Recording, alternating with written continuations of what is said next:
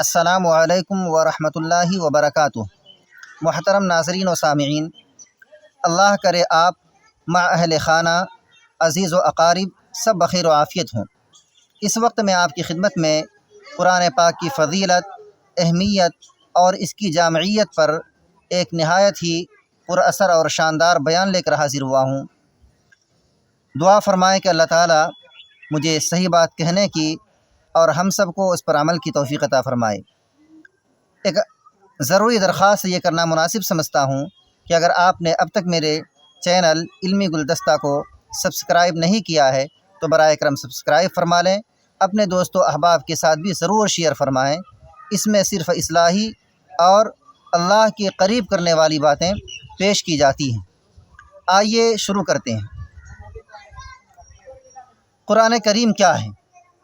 قرآن کریم اللہ رب العزت کا وہ عظیم کلام ہے جو تمام انسانیت کی ہدایت کا ذریعہ ہے۔ یہ کائنات کی سب سے سچی، سب سے مکمل، سب سے محفوظ اور سب سے بابرکت کتاب ہے، جس کے ایک ایک لفظ میں ہدایت، نور، شفا اور زندگی کے ہر شعبے کی رہنمائی موجود ہے۔ قرآن پاک کی فضیلت کو قرآن سے سمجھنے کی کوشش کرتے ہیں۔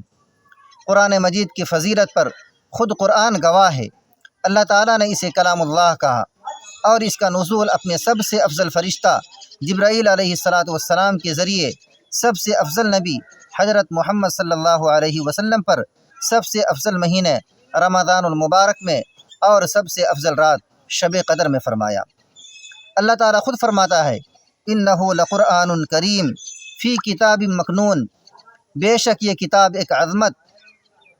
یہ کتاب ایک عظمت والا قرآن ہے جو ایک محفوظ کتاب میں موجود ہے۔ ایک حدیث میں حضرت عبداللہ بن مسعود رضی اللہ عنہ فرماتے ہیں، قرآن علم کا سرچشمہ ہے، جو شخص قرآن کو سیکھتا ہے وہ سب سے افضل علم حاصل کرتا ہے۔ اسی طرح رسول اللہ صلی اللہ علیہ وسلم فرماتے ہیں، افضل العبادت قراءۃ القرآن، سب سے بہترین عبادت وہ قرآن پاک کی تلاوت کرنا ہے۔ قرآن پاک کی اہمیت کو سمجھنے کی کوشش کرتے ہیں۔ قرآن مجید کا سب سے بڑا مقصد انسان کو ہدایت دینا ہے۔ یہ کتاب ہمیں بتاتی ہے کہ خالق کون ہے، مخلوق کا مقصد زندگی کیا ہے، کامیابی کیا ہے اور بربادی کیا ہے۔ اللہ تعالیٰ دوسری جگہ ارشاد فرماتا ہے، ھدی للناس وبینات من الھدی والفرقان، سورۃ البقرہ آیت نمبر 185۔ یہ قرآن لوگوں کے لیے ہدایت ہے اور حق و باطل کے درمیان فرق ظاہر کرنے والا ہے۔ یہ کتاب روح کی غذا ہے۔ قرآن صرف دماغ نہیں بلکہ دلوں کو بھی زندہ کرتا ہے۔ قرآن کہتا ہے، یا ایھا الناس قد جاءکم موعظۃ من ربکم وشفاء لما فی الصدور، سورۃ یونس آیت نمبر 157۔ لوگو، تمہارے پاس تمہارے رب کی طرف سے نصیحت آ گئی ہے اور دلوں کی بیماریوں کے لیے شفا ہے۔ یہی قرآن ایمان کو تازگی بخشنے والا ہے۔ قرآن کی تلاوت، فہم اور عمل سے ایمان میں اضافہ ہوتا ہے، سکون نصیب ہوتا ہے اور انسان دنیا کی بے راہ روی سے محفوظ رہتا ہے۔ قرآن پاک کی جامعیت۔ قرآن پاک محض عبادت کی کتاب نہیں بلکہ ایک مکمل ضابطۂ حیات ہے۔ انفرادی زندگی، اخلاق، عقیدہ، عبادات، اجتماعی سیاست، اجتماعی زندگی، معاشرت، معیشت، سیاست، عدالت اور تجارت، اہل خانہ، ہمسائے، دشمن، غیر مسلم، سب کے حقوق اس میں محفوظ ہیں۔ اللہ تعالیٰ ارشاد فرماتا ہے، ما فرطنا فی الکتاب من شیء، سورۃ الانعام آیت نمبر 38۔ ترجمہ، ہم نے کتاب میں کوئی چیز نہیں چھوڑی، سب کچھ بیان کر دیا۔ ہر زمانے کے لیے ہدایت ہے یہ کتاب۔ قرآن کسی خاص قوم، زبان یا دور کے لیے نازل نہیں ہوا بلکہ تمام انسانوں اور قیامت تک آنے والوں کے لیے ہے۔ اللہ تعالیٰ ارشاد فرماتا ہے، قل یا ایھا الناس انی رسول اللہ الیکم جمیعا، سورۃ الاعراف آیت نمبر 158۔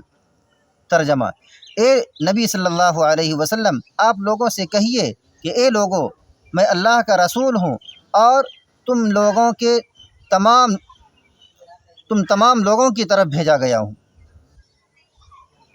قرآن پاک میں ہر مسئلے کا حل موجود ہے۔ معاشرتی بگاڑ ہو، خاندانی انتشار ہو، ذہنی پریشانی ہو، عالمی بحران ہو، قرآن ہر پہلو پر روشنی ڈالتا ہے۔ اللہ ارشاد فرماتا ہے تبیانا لکل شیء، ہم نے آپ پر ایسی کتاب نازل کی جو ہر چیز کو واضح کر دیتا ہے۔ موجودہ دور میں ہماری ذمہ داری کیا ہے؟ ہماری ذمہ داری ہے کہ ہم قرآن پاک کو صرف تلاوت کی زینت نہ بنائیں بلکہ عمل کا آئینہ بنائیں۔ روزانہ قرآن کو سمجھ کر پڑھیں، بچوں اور نوجوانوں کو قرآن سے جوڑیں، قرآن کے پیغام کو معاشرے میں عام کریں۔ رسول اللہ صلی اللہ علیہ وسلم نے ارشاد فرمایا قرآن تمہارے حق میں یا تمہارے خلاف حجت بنے گا۔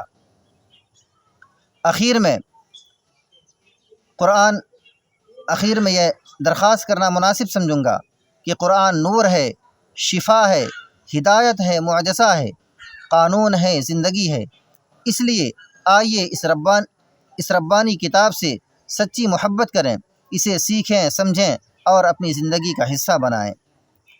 آخر میں پھر وہی درخواست کہ اگر آپ نے میرے یوٹیوب چینل علمی گلدستہ کو اب تک سبسکرائب نہیں کیا ہے تو براہ کرم سبسکرائب بھی فرما لیں اور اپنے دوستوں کے ساتھ، احباب کے ساتھ اور قریبی رشتہ دار کے ساتھ ضرور شیئر فرمائیں۔ جزاکم اللہ خیر، شکریہ۔